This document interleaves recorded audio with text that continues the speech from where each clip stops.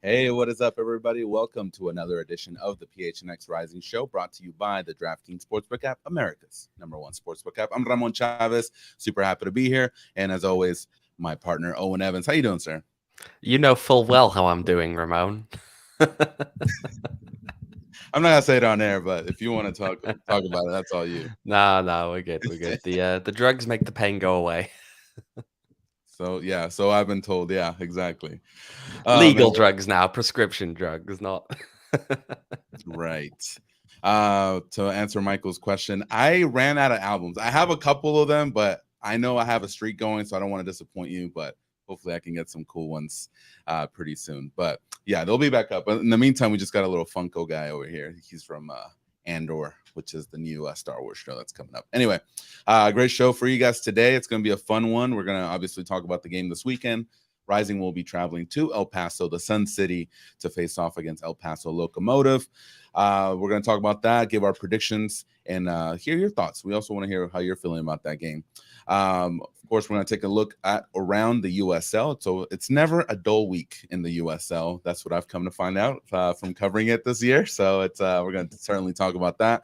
And of course, we're going to give our Champions League takes, I guess. The Champions League draw for 2022-2023 happened today. It was a fun, eventful night. No Man U, so I kind of wasn't really paying that much attention, but it was fun nonetheless. Owen, before we do get started, I do want to talk to everybody in regards to Four Peaks, our sponsors. They're going to be having, they're going to be hosting us at their location there on 8th Street in Tempe. And we're going to be having our monthly last Wednesday, which is basically where all the shows happen at Four Peaks, where you guys can join. You know, you got the Coyotes crew, the PHNX Bets guys, the Suns podcast, Sun Devils. Everybody's going to be there. And you guys can join them there. And also, speaking of last Wednesday, we'll be announcing our next winner for the Toast of the Month. So if you guys haven't yet, make sure to sign up for that one. You guys get a Four Peaks $50 gift card, PHNX shirt of your choice, a PHNX annual membership. And it's just fun, man. Get free stuff just by supporting us here at PHNX. And of course, you guys can also get some beer if you're down there. So make sure to do that. And just remember, you must be 21 years or older to participate and drink. So make sure to enjoy responsibly. All right. You can definitely enjoy some before the game that night as well, by the way, on the 31st. Rising That's playing true. that night against RGV, so maybe go to Four Peaks and pregame. Definitely. Whew, I feel like I've already done a lot of talking today. But Owen, huge game coming up this Saturday, of course. The Guerra Era will begin. So it's going to be an eventful night. Hopefully, we're going to have some good news at the end of the game with during our live post-game show. But how are you feeling heading into this game? We talked about, Juan Guerra a lot on Tuesday and how things might change a little bit. But what are you expecting to see? I feel as though we don't really know. It's easy to say kind of, okay, he wants to institute a possession-based kind of, or a more possession-based kind of a team. It's easy to say we're expecting to see some players back that maybe we haven't seen in recent weeks, but to an extent, we really don't know. By his own admission, Juan on Tuesday pointing out the fact that, look, this week, the emphasis has to be on getting them to understand the game model. And you can't rush that sometimes. Look, these are professional players. Yes, of course, they should be able to adapt to pretty much any kind of system that they're asked to adapt to, as long as it matches with their own skill sets. But it still can take time. These things can take an extra couple of weeks, especially because things are coming really, really thick and fast now.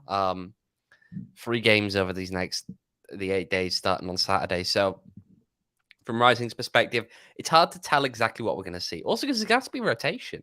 That's the thing about 3 games in 8 days. You're not going to see the same 11 guys you'd have thought at least starting every game. There's just a lot, isn't there? It really is. Now, the focus Of course, Juan said this was on the on looking how to counter El Paso with their 4-3-3.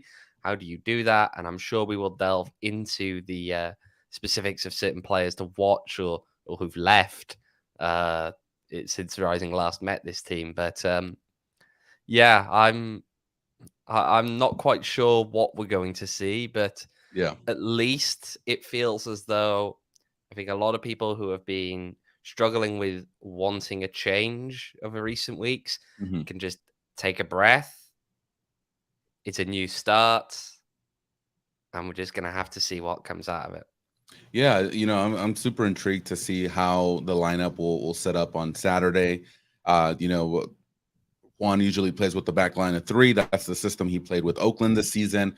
Very heavy possession based. If you guys were able to check out the USL website today, Nick Murray kind of dives in a little bit on the differences between the systems, and he highlights the percentages of possession where Oakland was one of the league leaders in possession, while Rising was not this season, and you can tell the differences between the Rick Sean system and Guerra's system. And he even addressed it during the press conference where he's saying, hey, he and Rick and I, we butted heads a lot of the times because Guerra wanted more possession and Rick was all about going vertical and just exploiting those counterattacks. And I can understand both sides as well, as far as the coaching philosophy. But the question is he going to implement his entire philosophy during the first game? And are the players going to be ready to adapt to that? Now, if you ask me, I don't know if that's going to happen because it's such a short time, from coming in Monday to Saturday. So if, I could definitely see a 4-3-3 being thrown out there, but just saying, hey guys, keep the possession, make sure to take your time and exploit those spaces. But to go from, a 4-3-3 to the back line of three, that's a big change. So I don't know if the players are ready for that. And again, they're professionals. They can definitely adapt, but are they going to be successful if they do adapt? Here's the thing, the other system wasn't working this year. Now, admittedly, that's probably not because of player talent. It's Mm-hmm. more down to just the atmosphere that was within that team at the time. Mm-hmm. Now, you'd hope that that's turned around quite a bit. You'd hope that that will actually coax the players to put in, what is actually their best performance, and that we'll hopefully see that on the field on Saturday. We will see a team that is motivated, that wants to come out and put this in. I mean, at the end of the day, and to Scott's thing here about does it play to the players' strengths, it's interesting because the old system didn't for some players, clearly, based on the fact that Rick would bring players in and they were not really in a position that existed in his system. Mm-hmm. We'll have to see. We'll have to see. Yeah. I'm still in that hesitant mode where it's look, we can tell that there are positives. We can tell that, I even said this on Tuesday. I just felt that the atmosphere around the place felt like a bit of a weight had been lifted. Mm. I'm intrigued to see how that translates into an on-field performance, regardless of any change or no change in the tactics, however it may turn out to be. Yeah, for sure. We'll definitely see on Saturday. Let's talk about the team that Rising will be facing, El Paso Locomotive. They have not been doing well, to put it bluntly. They're winless in their last 6 games. They're 7th in the West with only 7 games to play, and that's the key kind of fact that I have to throw out there, because El Paso's basically playing for their playoffs lives. There's no more time. They Rising have 10 games left. They only have 7, so they really can't afford to lose any more points or any more games. Otherwise, they're looking at the end of the season. So I feel like they're going to come out motivated. We definitely saw both sides of the coin when it comes to El Paso a few weeks ago when they faced Colorado. They came out flat in the first half. They gave up 4 goals, but 3 goals, I believe, and then in the second half, I don't know what kind of miracle happened in that locker room, but they came out guns blazing and they were able to tie the game and ultimately got the point. So we see both sides of how El Paso can play. El Paso came to Rising and kind of give them some trouble as well. So Rising can't afford to take this team lightly, and they're definitely talented, but they're also shaky. So it's just like, what do you do with this? Yeah, and it's It's something that, look, for all the talk we've had about rising off the field, El Paso has had it off the field as well. You only Hmm. have to look at what was happening at the end of last month in terms of Sebastian Velasquez leaving, in terms of Richie Ryan asked to stay away from training because discussions over his contract renewal had broken down and Hmm. things were getting so bad that there was Indy 11. This is reports now from El Paso that Indy 11 had tried coming in for him and that the club pushed that back, but then again, they were still telling Richie to stay away from training. This is a guy who's been there since 2019. Hmm. And again, according to a lot of the reports, he was offered a lower contract than he's ever been paid while he was at El Paso. Like So that caused 30%, right? Like a pay that cut of caused some 30%. ructions there. Yeah, he Jeez. finally gets brought back in. It seems that they came closer together. So, yes, they've had some tough teams lately, as Scott's saying, but there's been stuff going on off the field as well. Also, Hmm. worth noting, Velasquez, of course, is a really big attacking threat. They also lost Diego Luna prior to that, of course, quite a way prior, but that's another big player starting off the season and last year who was really dangerous for them. They just don't have at their disposal. So, there's a lot of things going on. There are some positives as well to take. I mean, you look at Luis Solignac, he is a very good player. Hmm. In fact, if you work out his expected goals per 90, it's over 0.5. I believe it's 0.58. So that's very good. Yeah. When you're a striker who's creating chances that should net you on average a goal every other game, that's good. Hmm. You can't knock that in a centre forward. But other players around there, there are a fair few. Dylan Mahrez is all right. Nick Hines at a left back, he's a good chance creator. Cristiano Francois, a guy that Rising fans probably have heard of from his time at Reno, but he's a bit of a USL journeyman. He's played for, I think, 7 clubs now, Mm. but the Haitian is pretty good on the wing. I mean, even Emmanuel Sanupe is kind of been in and out and in and out, and I don't know whether he's going to be about or not. But he's also a pretty decent creator of what should be turning into assists. So I don't know if we'll see him or not, but he's all right. And then there are other players as well. I mean, Yuma was mentioned in here. Yuma, is he fit to play for them? He actually didn't miss the last game due to injury. He missed it due to a yellow card accumulation. So he should be good to go from best I understand. But he's not quite the Yuma of old, but a lot of stuff does go through him still in that midfield. Expect the passes to be going through him. He's one of the top players on the team in terms of passes per 90. And his accuracy is pretty decent as well. I believe right around 92% or so. So maybe not the most adventurous passes, but the ball's going through him. The ball's going through him quite a lot. Yeah, there's a reason they're still in the playoff race. They're a good team. It's just a lot of the off the field stuff is, maybe catching up to them.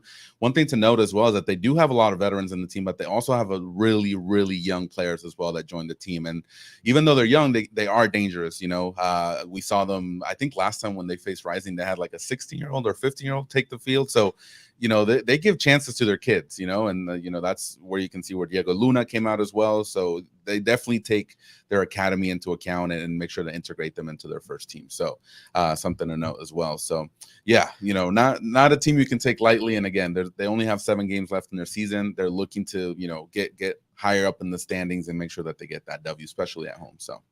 You know what else I'd note in there is that they are a team. It's kind of hinted by the fact that Yuma picked up his yellow cards to get a suspension. They're a team that are quite physical. Now, there's good physical and there's bad physical. For any of you who watched that game against San Diego for El Paso, at times it was crossing into bad physical. It was not necessarily about fouling and making your presence known. It was about bad fouls that were creating yellow cards where they weren't needed. There were a lot of times where they would go to ground and it was just completely unnecessary. And they're picking up yellow cards for that in the first half. That's just pointless because somewhere down the line, you may well find yourself in a position where you need to commit a tactical foul that's going to result in you picking up a yellow card. All of a sudden, you've got to be careful. And the only reason you've got to be careful is because you went sliding in on a stupid challenge. There was absolutely no need to go to ground on. And you picked yourself up a card for that. So if they can cut down on those, that would be a positive for them because again, there's nothing wrong with being a physical side. Yeah. You've just got to be smart about it and not pick up stupid yellow cards. Yeah, because that definitely puts you at a disadvantage, especially if you start picking up those early yellows, and you don't want to get into that sort of trouble. All right, Owen, let's talk about the lineup that we may see on Saturday. I know this is a fun game for everybody because we have no idea what's going to happen. Absolutely none. The one person I do want to see, the one player that we haven't seen in a very long time that I do want to be given an opportunity is Ryan Flood. He hasn't been featured in either the starting 11 or the 18 in a very long time. So I think he's one of those players that I feel like Juan Guerra will say, hey, I know you haven't played in a minute. Let's see if we can get you out on the field, get you some reps. And hopefully he can become a part of the team like he was before, a key, maybe, coming off the bench at least. And that way he's able to create any sort of impact. Do you have someone that in mind that you feel can thrive a little bit more under Juan Guerra? I'd like to see Flood on the bench. I'm going to agree with you there. I want to see him on the bench for this game, just because I look. I don't think he's going to be fit enough to go and start that game. It's been a while since we've seen him, but I do feel as though we need to start seeing him moving back in the right direction. We need to see him available for selection and on the bench. But at the end of the day, I'm trying to think who else I would go for. A lot of people are saying Repetto. I Repetto, know maybe. I wonder if this could spark a bit of a fire under Luis. I do wonder about this. I feel as though Luis, it's not that he's been bad, but I feel as though we've seen those performances drop off a little bit. But now I feel like this could spark a fire in there. Also, commenting here about Repetto, I see like quite a bit. People want to see Repetto actually utilized.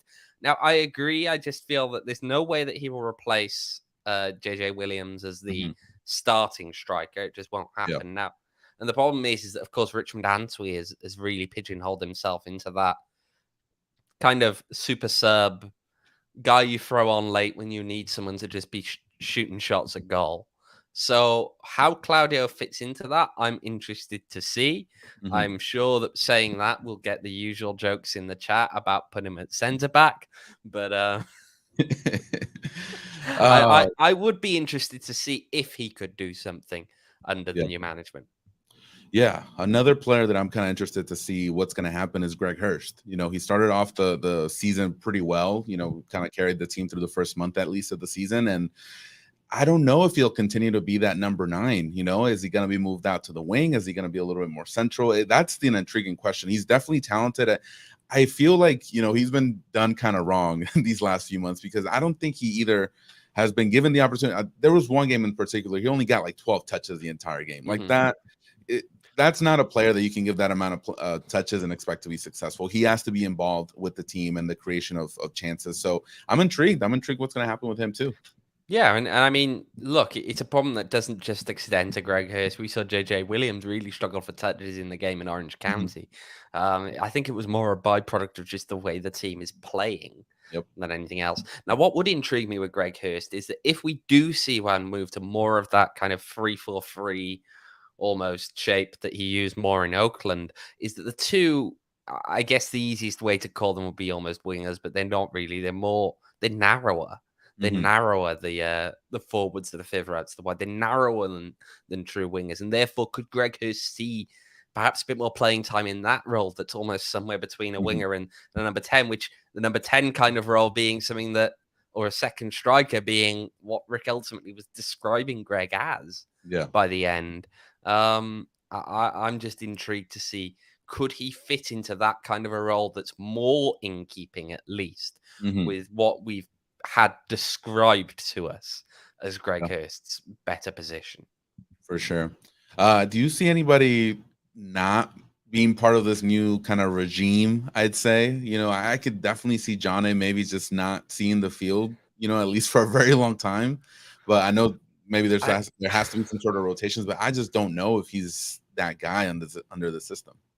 I'm not sure if he's that guy under any system in this league. That's no offense to him. Right? We know what my views have been all along. Look, I think the thing about Lamin Jaune and whether he is someone who will stay at this club or play any significant role going forward, this is where it is to me, is that I didn't see anything in him. I don't think many other people saw much in him besides his pace. Rick apparently saw something in him. I mean, honestly, if you were to ask me what was his best moment this season, is that almost goal in Louisville. That's the only. When he then hit it straight at the goalkeeper.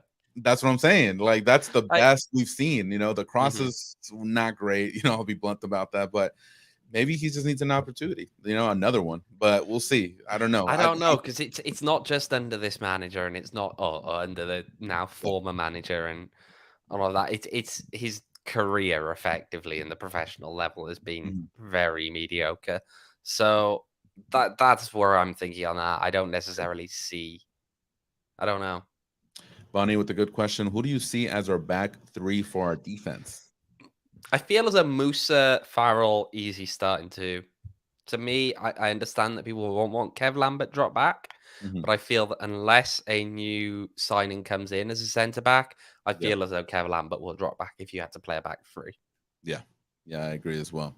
Yeah, some interesting choices, or I'm sorry, things that Juan Guerra has to kind of go over with this team, because it's like a chessboard. You have a lot of players that can do a lot of things. I'm really curious to see where Babu lines up. Is he going to be played as a kind of like that winger role that's just bombing down the side, or is he going to be more up the field like he was under the end of Rick's tenure? So it's interesting. We're gonna see Saturday, and hopefully, whatever system is out in the field is able to perform and get that W. So, all right, Owen, let's take a quick break and talk about our friends at OG's Brands. We do have free stuff for you. I think that's all we do here. Free stuff for you. If you guys enter the Flavoring Life Sweepstakes, you guys can win 3 bags of OG's bags, including orange creamsicle and tropical flavor, an OG's hat, a PHNX shirt of your choice, and a PHNX annual membership. And that's by entering the Flavoring Life Sweepstakes. And you can end up like Derek here. Derek actually popped up on my feed. He was at some event, and I followed some other influencer, and he was there. So Derek's just everywhere, Mr. Worldwide right there. He's taking Pitbull's job. But Derek is our influencer, isn't he? that is true. That is true. He does it all, man. He does like wrestling, baseball, like dang. But anyway, back to the sweepstakes. You guys can go sign up at gophnx.com or click the link in our show notes to join the sweepstakes. And you can also check out OG's online by going to their website, ogsbrands.com, and on Instagram at OG's Brands. You can also find their products at your local dispensary. And remember, you must be 21 years or older to purchase. Whew. All right, Owen. Let's talk about the USL, because it's always fun in the USL. Great games this weekend, of course. I think the biggest game this weekend has to be this El Paso Rising game. But what other games kind of catch your attention this weekend? So El Paso Rising is probably the biggest game, and I'll tell you why. Because Oakland winning in San Diego in midweek has really put the pressure on Phoenix now going into this game. There are too many teams around Phoenix that are still gaining points from now. Oakland are, I believe, 4 points ahead of Rising, having played 2 games more.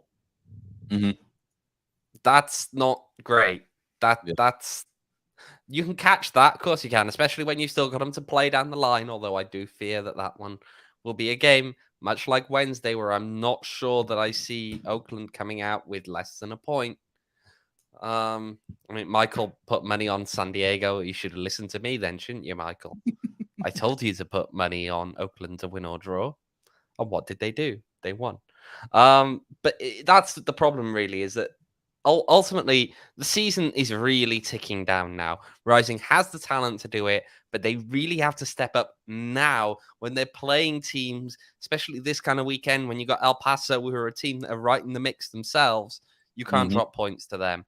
In terms of other games this weekend that are of interest, let's take a look. Detroit City going to Charleston Battery. They should, you'd have thought, win that game. But if they drop points, they're still leaving the door open for Tulsa to try and get up there and catch up. Tulsa, of course, lost to Hartford yesterday. In other games here, Vegas Lights against RGV Toros. So if Vegas can keep winning, much like they did last weekend when they played Sacramento, this is also a problem for Rising, because that 6th spot is going to start pulling away. And right now, I don't know. It's really, really not looking good if that 6th spot starts to pull away.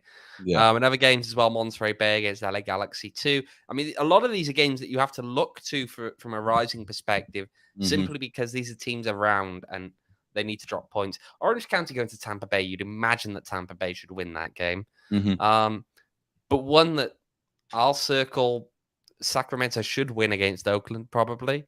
But it's still a rivalry game. Never count them out.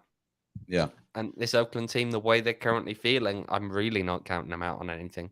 Yeah, the way they were playing yesterday, man, they were playing like someone really, really hurt them, and they showed on the field. So they're out there trying to prove people wrong. And I think the best result for them would be to make the playoffs and have Rising not make the playoffs. And they can certainly affect that by continuing to get these wins. The one that I'm looking at is Monterey. The along Phoenix Rising, they're the team with the lowest amount of games so far this season. So they have the most amount of games left. So the way that they've been playing, I feel like Rising needs to really keep an eye on them because they have the same points and they do have a game coming up later this season, so that's going to matter as well. So it's just keep an eye on Monterey, man. They've been really turning it around, and Rising needs to get their W's as well, but also keep an eye on the rearview mirror because these guys they're coming fast. So keep an eye on them. Absolutely. And Frank Gallup's boys are proving themselves to be no mugs.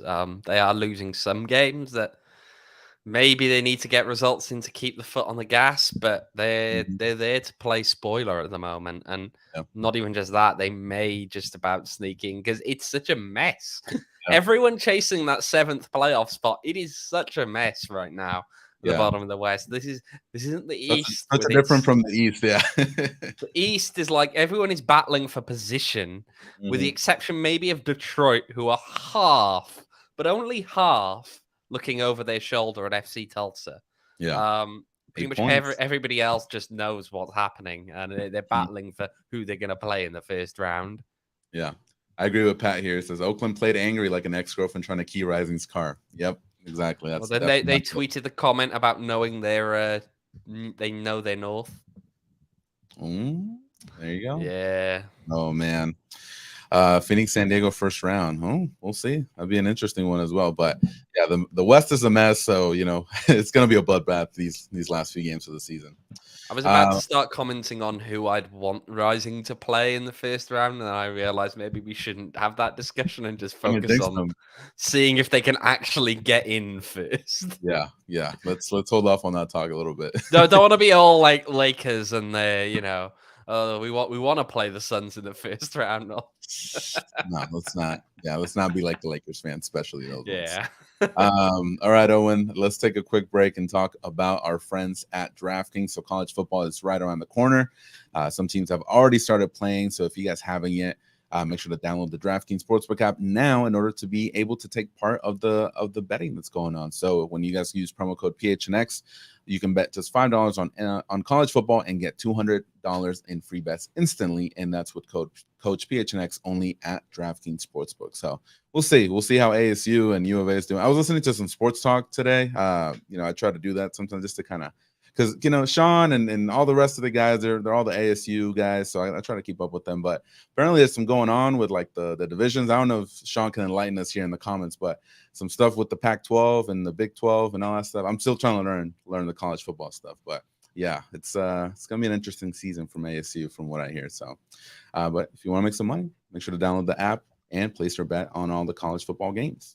It's fun. I feel like we've kind of stumbled upon what is just like the mainstream American sports version of just watching the US soccer pyramid, whereby all these things just slowly eat themselves.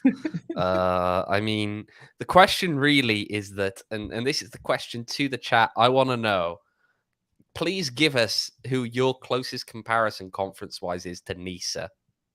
Oh, wow. Yeah.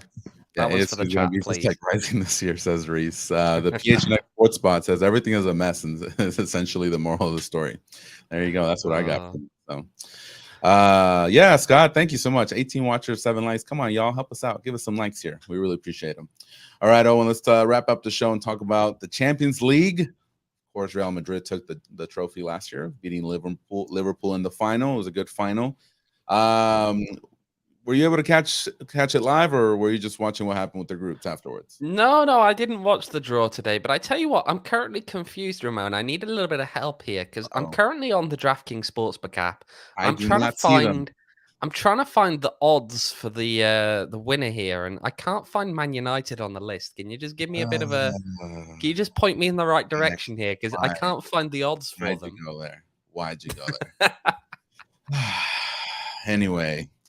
Yes, Man U did not make it. Yeah, and Ronaldo's trying to leave the team so he can play Champions League. Yes, everything's cool. The PHNX Sports unbiased bot says, "What are Chelsea's odds to win the Champions League?" What are Uh, Chelsea's odds to win the Champions League? They're currently plus 1,400. it's not too bad. Hmm. They can make it. I'm currently counting the zeros a minute on another one here. There is a reference to Josh Cohen here in Europe, which is true, with Mhm. Maccabi Haifa. Let me count the zeros on their odds to win. I don't know. Oh, man, 1, 2, 3. too They're many. plus 100,000. Jesus Christ. So if you think that What's Maccabi the Haifa team's are name? gonna, Maccabi Haifa yeah, from Israeli Israel, league right? team, Yeah. yeah. So let's talk They're about right that for a down. quick second. But so Josh Cohen played in Rising for a year, right? And then he went to Sacramento Mm-hmm. and he got that transfer in 2019. How insane is that you jumped from USL to Mm-hmm. Israel, and then now you're in the Champions League? I don't think I remember an Israeli You, team you'd being in be the Champions League. you'd be intrigued in some ways about the USL to Israel pipeline. Kevin Frater also did it at one point, headed over Okay. to Israel. So it's an option that's there. I'm intrigued to see how exactly they do in the group stage. It's not something that they typically see a lot of. Occasionally, Maccabi Tel Aviv will get there, but Yeah, yeah, Bobby it's. next year has a good comment, Mm-hmm. um, yeah, we'll see. We'll see. I like to see that. I think he was. I have a list here. Who is it? It's 10 American players that are playing in the Champions League this year, so that's pretty good. You have Cameron Carter Vickers with Celtic, Gio Reyna with Dortmund, of course, McKennie Des with Juventus and Barcelona, Pulisic with Chelsea. So yeah, good amount of players there. Rangers, they beat PSV yesterday, so knocked out Eric Gutierrez and PSV. So no extra Mexicans, only 3 Mexicans this year. Well, actually 4, actually, if Sporting can get it going. But it's interesting. But looking at the groups, Owen, who are you, kind of, what's the group of death? I think that's the Oh, key question that everybody wants to know. I think the group of death I had, if I'm remembering it correctly, was Group C. Yeah, Um, I agree Not with that. necessarily because the teams are on top.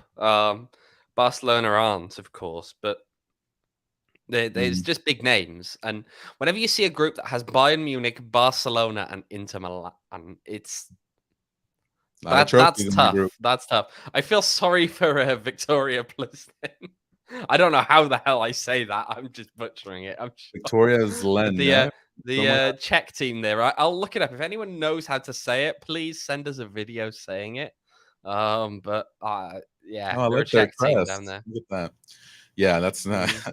Here's the thing. I mean, I think eh, all 3 of the other teams that are in that group have to go there. So I think that's pretty cool for the people there. They get to experience Barcelona and Bayern, visiting their town and putting 7 goals past them. But yeah, it should be fun. I But don't know if they put that many goals past them. Look, you don't think some so? of these places are not fun to go to. Yeah, they're in the champions for a And reason. you guarantee now that those fans will not give them an easy ride. You Hmm. know that. And this isn't like the NBA where they'll all be like booing because and then start clapping because the thing tells them up on top to start clapping or Oh my whatever. God. This is in America, right? This is Yeah, no, I can definitely see that. Yeah, for this is sure. like people's team buses getting bricked as they show up to the Fireworks stadium at and stuff midnight. like Yeah, that. all that good stuff. Yeah.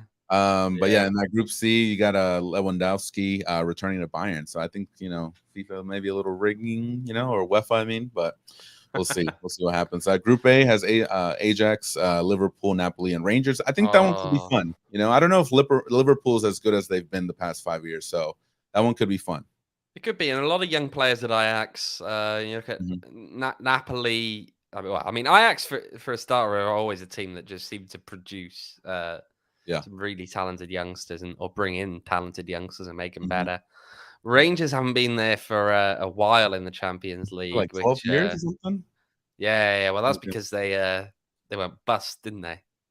They for Yeah, anyone it's who going didn't about that. follow along with that, Rangers effectively went into liquidation. They were so cash starved, and Oh man. someone kind of bought. Well, they created a new club, transferred the assets to this new club, Mm. and then as a result, were dumped back into the 4th tier in Scotland. Oh So geez. they've made quite the climb. Obviously, a team that have Mhm. links to Orange County for. Mhm. Yeah, I don't think there's any way that Rangers get out of that group, really, if I'm perfectly honest. Yeah. You get some of the other groups though, and I mean, Group B, what Porto, Atletico, Leverkusen, and Club Brugge. Yeah. I don't think It's Porto always gets out of their group, but they can never get past the first round of the knockout stages. So I could see them definitely moving on. Atletico, Cholo, and all the rest of the Atleti players are always tough to play. So I think maybe those two get out of that group. So. Then you look at some of the others here. So you've got Group D with Eintracht Frankfurt, Sounds Tottenham gonna be fun. Hotspur, Sporting Lisbon. Is it Sporting Lisbon? No, Thanks Sporting for Club de Hartford, yeah, Portugal. Sporting. It's Benfica. Sporting. Oh no, actually, yeah, Sporting. You're No, right. we're all getting very lost here. And Marseille. Marseille's gonna be fun, man. They got a good squad there. So that Group D, that's gonna have a lot of games, I feel. So, but yeah, Group B, Milan, Chelsea, Salzburg, and Dynamo. That one's fun as well. Real Madrid, I think, came out with the easiest group, so I think we're gonna see them in the knockout stages. Well, Leipzig, Shakhtar, and Celtic. Yeah, I mean, the question for me is who gets out of that besides them, because Leipzig, of course, are a team that have kind of caused some problems in the past. Shakhtar are not playing at home, of course. It surprises nobody. It's the team that's actually from the east of Ukraine, and even before this current round of hostilities, had to move to Kyiv, and now instead they're having to play their games in Warsaw, in Poland.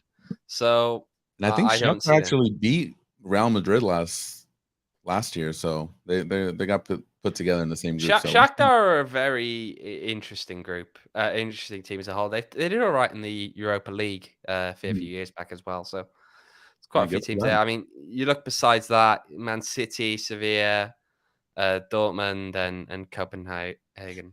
They just wanted Haaland to go back to Dortmund, kind of show off there. Yeah. So they did some rigging there. Sevilla will be interesting. They're always a tough group in the Europa League, but champions. We'll see what happens. Then Group H, PSG, Juventus, Benfica, and Maccabi Haifa. So yeah, I think Benfica will actually get out of that group and not Juventus. So PSG and them. So and then Josh Cohen sitting at the bottom of the group. You think he'll play? Hope he plays. I'll watch that game. Of course he'll play. We'll see. He's like Israeli Player of the Year. Isn't he? Gotta watch some Israeli games, I gotta wake up so I can watch them. So, all right, yeah, we'll see what happens with the Champions League. I think this is the last year with this current format, so it's I think next year it's gets a little wonky or something, but we're gonna add more teams. But we'll see. We'll see. When's the Super League kicking in? Everyone's favorite topic. Premier League is already doing it. I was reading something about that. There's no transfer bans or what's it called, fair play anymore. They just buy whatever. Yeah, financial fair play is just going. After it started catching certain teams out, of course. Yeah.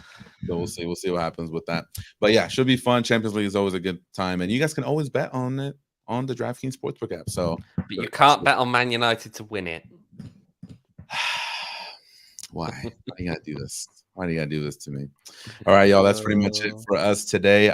But before we wrap up, we do want to give another shout out to one of our newest sponsors, which is More Furniture. So we're excited to show you all the new offers that's getting ready right now. And you guys, it was thanks to More Furniture that helped us out with setting up the entire office. So shout out to them. And you guys can check them out for their Labor Day sale at morefurniture.com, morfurniture.com. That's their website. Check them out, support them, because they're supporting us, man, and taking care of us. And hopefully we can go back to the office soon and do a show from there. Because again, we don't remember the last time we did a show from the office. So Bonnie says, going to miss you guys when the World Cup starts. I don't know. We're still going to be around. I'm sure. One of us may be in Qatar, but reporting at 3 a.m. from over there. No, we got to pay you. All right. We want to score predictions. We haven't given score predictions. Come on, we got to do it. The chat's going off with this, so 2-1 Rising. Oh, I'm gonna go. I like 2-1. I like 2-1. I think that's a good call. 2-1. I'm sticking with that as well. 3-1 says Fire Shots here. Michael says 4-2 Rising. Scott says 2-0 Rising. Look at that. Okay, a lot of positive. 4-0 Phoenix. Says Thomas. That's a bit bold. I'm not so. Actually, I'm gonna correct. I'm gonna correct it. Right. I'm not gonna go with 2-1. I'm gonna move it off. I'm gonna go 3-2 3-2. Oh, it's gonna be a fun game. Okay, all right, Mm. back and forth. Jose just wants 2 goals. He doesn't care about the score or anything. He just wants 2 goals. So hopefully they're rising goals. But yeah. All right, y'all. Thank you so much for joining us. Shout out to our producer Sean for helping us out today. Always appreciate that. Yeah, we will be back on Saturday. We're gonna be reporting live from El Paso, Sun City, El Chuco, what they call it. Hopefully, get some Chicos tacos, some good stuff over there. We'll see if Owen can. I'll grab a video of Owen, eating some Chicos tacos there. We'll hook him up. So should be fun. Anything else, Owen, before we wrap up? No, I think just looking forward to this weekend now. Finally back to football after a almost 2-week spell without it. That's true. That's true.